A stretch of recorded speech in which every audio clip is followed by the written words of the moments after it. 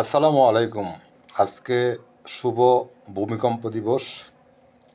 আমার জীবনে আমি আসলে অনেক ভূমিকম্পের কথা শুনেছি, গল্প শুনেছি বা আমরা টের পেয়েছি, কিন্তু আজকের ভূমিকম্পটা দিনের বেলা হওয়াতে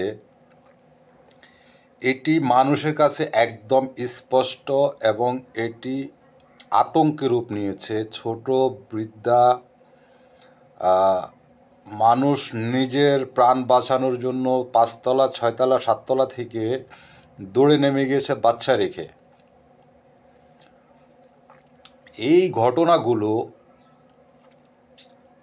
আমরা যদিও মনে করি যে আল্লাহ আমাদের সতর্কবার্তা পাঠাচ্ছেন, কিন্তু আপনারা মনে রাখবেন যে সতর্কবাণীতে কখনো কারো প্রাণ নাশ হয় না। বাট এই ছোট ছোট ভূমিকম্পগুলোতে কিন্তু অনেক লোক মারা যায়, যেমন আজকে বাংলাদেশের শিশুও মারা গেছে।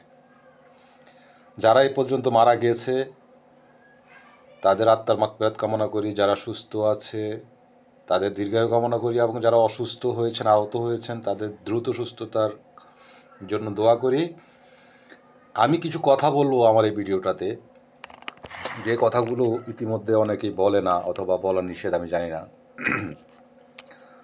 আপনারা হয়তো হার্প সম্পর্কে জানেন, যে হার্পের যে মিনিংটা, সেই হার্পের পুরো মিনিংটা হচ্ছে, আমি দেখে দেখে বলি যেন ভুল না হয়, high frequency active auroral research program, এটাকে সংক্ষিপ্তভাবে হার্প বলা হয়। তো হার্পটা হচ্ছে আপনার যুক্তরাষ্ট্রের নেভি এবং এয়ারফোর্সের একটি রিসার্চ সেন্টার, যেটি থেকে আপনার হাই ফ্রিকোয়েন্সি যে ওয়েদারগুলোতে সেগুলো তারা হচ্ছে রিড করতে পারে, এবং তারা চাইলে কিছুটা কন্ট্রোল করতে পারে, এবং তারা চাইলে সেই ধরেন এদিক থেকে একটা গতি আসছে, সেই গতিটা 10 কিলোমিটার বেগে আসছে, তারা সেটাকে চাইলে কোনো একটা যন্ত্রের মাধ্যমে রিভার্স করে দিলেও সেটার গতি অনেক বেড়ে গেল। তো এইরকম তারা আসলে এটাকে রিসার্চ সেন্টার দাবি করলেও পৃথিবীতে প্রায় আজ থেকে ২৪ বছর আগ থেকে পৃথিবীর অনেক ধরনের সুনামি এবং টর্নেডো, ভূমিকম্প নিয়ে হার্পকে বড় বড় কিছু সংস্থা এবং কিছু রাষ্ট্র দায়ী করছে, যেটা আমাদের জানা উচিত। এবার আসুন আমরা একটু হার্প নিয়ে বিস্তারিত চ্যাট জিপিটি থেকে আমরা একটু জানি যে হার্প কি। হার্প হলো একটি গবেষণামূলক প্রকল্প যা মূলত ইউনাইটেড স্টেটস এয়ার ফোর্স ও ইউনাইটেড স্টেটস নেভি এর সহযোগিতায় চালু হয়েছিল, এবং মূলত আয়োনোস্ফিয়ার উচ্চ বায়ুমণ্ডলীয় স্তর এর বৈশিষ্ট্য ও আচরণ বিশ্লেষণের জন্য ছিল এটি। বাংলায় অনেকেই হার্প প্রযুক্তি নামে আলোচনা করেন। প্রকল্পের নামের বিশ্লেষণ হাই ফ্রিকোয়েন্সি অর্থাৎ উচ্চ ফ্রিকোয়েন্সি সক্রিয় আরোরা বা উত্তর দক্ষিণ আলো গবেষণা কর্মসূচি, মানে এগুলো যারা হচ্ছে বিজ্ঞানসম্মত পড়ালেখা যাদের আছে তারা হয়তো খুব সহজে বুঝবেন। আমি বিজ্ঞানের ছাত্র নয়, তবে বাংলাতে তারা যেভাবে বিশ্লেষণ করেছে আমি সেটি আপনাদেরকে যদি একটু পড়ে শোনাই, তাহলে আপনারা হয়তো আমার সাথে একমত বা এদের সাথে একমত না হলেও আমরা যেই জায়গাতে একদম আটকায় আছি সেখান থেকে আমাদের বিন্দুমাত্র নড়চড় সম্ভব। কিভাবে কাজ করে হার্পটা, কিভাবে কাজ করে আমরা একটু দেখি। মূলত হার্পের একটি বিশাল অ্যান্টেনা অ্যারো দিয়ে আয়োনোস্ফিয়ারকে উচ্চ ফ্রিকোয়েন্সিতে উত্তেজিত করার, এটাকে রেডিও ওয়েভ ট্রান্সমিশন অভিজ্ঞতা রয়েছে। রেডিও মানে আমি একটু আগে যেটা বলছি সেটা আমি এটা দেখার আগে বলছি, এই উত্তেজিত অংশ থেকে আয়োনোস্ফিয়ার পরিবর্তন ঘটিয়ে রেডিও তরঙ্গের আচরণ, যোগাযোগ ও রাডার সিস্টেমে প্রভাব বায়ুমণ্ডলীয় গবেষণা ভিত্তিক বিষয়গুলো বোঝার জন্য করা হয়েছে। কিন্তু অনেক আলোচনা ও মিথ্যাবাদিত দাবি রয়েছে যে এটি পরিবেশ নিয়ন্ত্রণ বা দুর্যোগ সৃষ্টিতে ব্যবহৃত হচ্ছে, তবে এসব দাবি বিজ্ঞানসম্মতভাবে সাধারণভাবে স্বীকৃত নয়। আপনাদেরকে মাঝখানে চ্যাট জিপিটি সম্পর্কে বলে রাখি, চ্যাট জিপিটি আপনাকে মানে বিতর্ক হওয়ার মতো কোনো তথ্য প্রদান করে না। যেমন ধর্মীয় অনুভূতিতে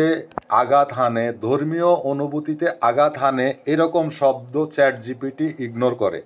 যেমন বৈজ্ঞানিকভাবেও তেমনি তাদেরকে কোডিং করা আছে যে পক্ষপাতিত্ব যেন তারা, মানে চ্যাট জিপিটির মাধ্যমে পক্ষপাতিত্ব বিশ্লেষণ খুবই কম পাবেন আপনি।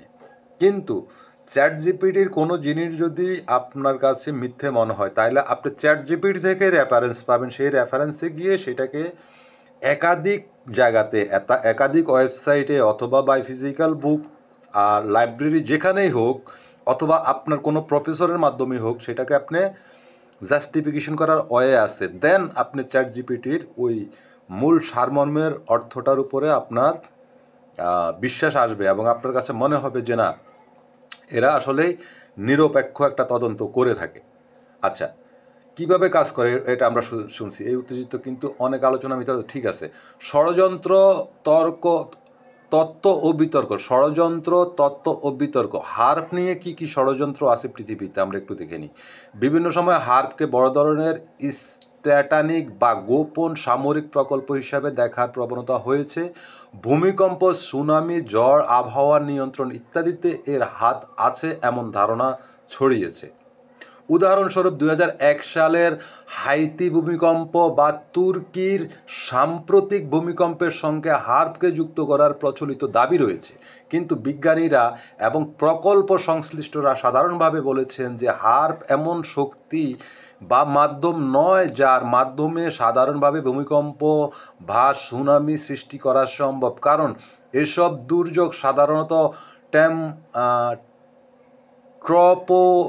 ট্রপোস্ফিয়ার এবং স্ট্র্যাটোস্ফিয়ার এলাকায় হয়, যেখানে হার্পের কাজ আয়নস্ফিয়ার অঞ্চলে। আমি যেটা বললাম সেটা হচ্ছে আবহাওয়াবিদ যারা আছেন তারা বুঝতে পারবেন যে এই শব্দগুলা মানে কতটা উচ্চতায়, এবং এটা অঞ্চল হিসাবে তারা বিভক্ত করছে যে কোনটার নাম কি দিয়েছে, যা এত কিলোমিটার উপরে এই জায়গাটার নাম কি, অথবা হালকা বাতাস এই অঞ্চলটার নাম কি, ভারী বাতাস এই অঞ্চলটার নাম কি। আচ্ছা, সারাংশ যদি আমরা চ্যাট জিপিটি থেকে দেখি তাহলে সাধারণভাবে বলা যায় হার্প একটি বাস্তব গবেষণা প্রকল্প যা আয়নস্ফিয়ার ও উচ্চ বায়ুমণ্ডলীয় তরঙ্গ যোগাযোগ বিষয় নিয়ে কাজ করছে। তবে যেসব দাবিতে বলা হয় এটি ভূমিকম্প, সুনামি বা আবহাওয়া নিয়ন্ত্রণে ব্যবহৃত হয়, সেগুলো বৈজ্ঞানিকভাবে প্রমাণিত হয় এবং মিথ্যাবাদিত বা সম্ভাব্য গুজবের অংশ। আমরা চ্যাট জিপিটি থেকে এতটুকু নিলাম। চ্যাট জিপিটির পরে আমরা অন্য আরেকটা ওয়েবসাইট থেকে আর একটু আমরা দেখে নেব যে সেখানে কি বলতেছে। আমি চলে আসছি আমাদের এখানে, আমি একটা ওইটা ওয়েবসাইট না, মেবি একটা ব্লগ সাইট হতে পারে, যাহা বলিব সত্য বলিব নচেত চুপ থাকিব, বাঁধ ভাঙার আওয়াজ, এদের নাম হচ্ছে বাঁধ ভাঙার আওয়াজ। আচ্ছা, এরা হচ্ছে কৃত্রিম ভূমিকম্প ও সুনামি তৈরির প্রযুক্তি। 9 ফেব্রুয়ারি 2014 রাত 10:05 একটা প্রতিবেদন তারা এই ওয়েবসাইটে ছাপাইছে। এবং আমরা যদি দেখি এখানে প্রবাসীর দিগন্ত নামের একটা পত্রিকাতে কৃত্রিমভাবে কি ভূমিকম্প তৈরি করা যায়, প্রকাশিত 23 ফেব্রুয়ারি 2023। এই যে মানে এই রেফারেন্সগুলো আমাদের সামনে আছে, আমরা চাইলে গুগল থেকে আরও অসংখ্য রেফারেন্স আমরা নিতে পারি এবং উইকিপিডিয়া থেকে হার্প সম্পর্কে আপনি জানতে পারবেন। মানে যদি আমরা বলি যে এখানে আপনার যেমন এখানে লেখা আছে আপনার জাপান বিপর্যয়ে আমেরিকার সৃষ্টি। সম্প্রতি জাপান বিপর্যয়ের পর এর সঙ্গে হার্পের সংশ্লিষ্টতা নিয়ে যুক্তরাষ্ট্রের বিরুদ্ধে অভিযোগ উঠেছে। কানাডীয় বংশোদ্ভূত ব্রিটিশ কলম্বিয়া বিশ্ববিদ্যালয়ের ফেলো বেঞ্জামিন ফালফোর্ড কাজ করেন যুক্তরাষ্ট্রের নাইট রাইডার পত্রিকার জাপান প্রতিনিধি হিসাবে। দীর্ঘদিন ধরে তিনি জাপানে অবস্থান করছেন। যুক্তরাষ্ট্র সরকারের নানা গোপন গবেষণায় সাংবাদিকতায় তার আগ্রহের কেন্দ্রবিন্দু। 2009 সালে তিনি অভিযোগ করেন যে হার্প হচ্ছে যুক্তরাষ্ট্র সরকারের গোপন এক সামরিক অস্ত্র। উচ্চ ক্ষমতাসম্পন্ন ক্ষুদ্র তরঙ্গের শক্তি ব্যবহার করে এই প্রকল্পের মাধ্যমে জলবায়ু ক্ষতিগ্রস্তকরণ এবং ভূমিকম্প সংগঠনের মতো ভয়াবহ কাজ করে যাচ্ছে যুক্তরাষ্ট্র। জাপানে ভূমিকম্প ও সুনামির পরপরই তিনি এক সাক্ষাৎকারে দৃঢ়ভাবে প্রতিষ্ঠিত করেন যে জাপানে সুনামি ও ভূমিকম্প যুক্তরাষ্ট্রের সৃষ্টি তিনি দেখান কিভাবে ভূমিকম্পের কয়েকদিন আগ থেকে গ্যাকোনার হার্প কেন্দ্র থেকে বিপুল পরিমাণে বিদ্যুৎ চুম্বকীয় তরঙ্গ প্রেরণ করা হয়। ফালফোর্ডের হিসাবে দেখা যায় 6 মার্চ থেকে বিদ্যুৎ চুম্বকীয় তরঙ্গ উৎক্ষেপণ শুরু হয়। প্রতি ঘন্টায় এর মাত্রা বাড়তে থাকে। এভাবে 11 মার্চ সুনামি ও ভূমিকম্প শেষ হওয়া পর্যন্ত চলতে থাকে তরঙ্গ উৎক্ষেপণের কাজ। তা আমি বলছি না যে এদের 100% তাদের 100% ক্লেম তাদের একদম সত্য।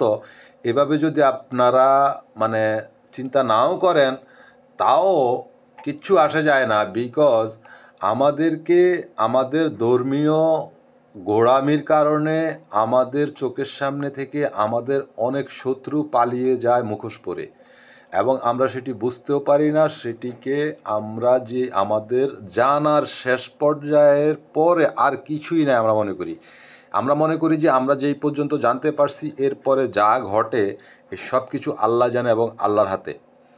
বাট এর মাঝখান থেকে কিছু ইন্টেলিজেন্সরা আমাদের এই থিওরিটাকে তারা কাজে লাগিয়ে দেয়। তো ভূমিকম্প এবং বড় ধরনের যেই প্রতিবন্ধকতাগুলো পৃথিবীতে বড় বড় ধরনের সৃষ্টি হয়েছিল আগে, বন্যা, সেই জিনিসগুলো অলরেডি মানুষ হিউজ পরিমাণে টাকা খরচ করে সেইটির বিকল্প ব্যবস্থা করার চেষ্টা এই কারণে করতেছে, সেটি চাইলে আপনি একজন পিপল $100-500 খরচ করে আপনি সেটি ব্যবহার করতে পারবেন। বিষয়টা এরকম নয়, বিষয়টা অন্যরকম। যেমন আপনার সাথে আমার সাথে 10 টাকা নিয়ে দ্বন্দ্ব, এবং 10 টাকা নিয়ে দ্বন্দ্ব থেকে দ্বন্দ্বটা এ পর্যন্ত হয়ে গেছে যে জন্ম মৃত্যুর মানে মৃত্যু, হয়তো আপনার মৃত্যু হবে, নয়তো আমার মৃত্যু হবে, এই পরিমাণ চলে গেছে দ্বন্দ্বটা। যখন সামনে চলে আসে মৃত্যু, তখন মৃত্যু আপনার জীবনের থেকে আর পৃথিবীতে কোনো কিছু প্রিয় না। তখন আপনি আপনার যত সম্পদ আছে সকল সম্পদ বিক্রি করে দিয়ে আপনি একটা পিস্তল কিনবেন ওই লোকটাকে মেরে ফেলার জন্য যে আপনাকে মারতে আসতেছে।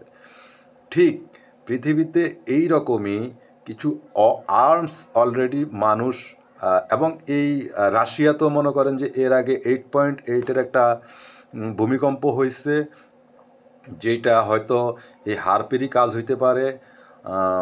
অথবা আপনারা যদি আরেকটু গবেষণা করেন তাহলে মনে হয় আরেকটু ভালো হবে। আমার একার দ্বারা আসলে একটা ভিডিওতে এগুলো বলা সম্ভব না, এবং ধারণা করে অনেক বাজে জিনিস ধারণা করা যায়, কিন্তু সেটা যদি বাস্তবতার সাথে মিল খুঁজে না পাওয়া যায় তাহলে ভিডিও করাও ব্যর্থ, যারা ভিডিওটা দেখতেছে তাদের দেখাটাও ব্যর্থ।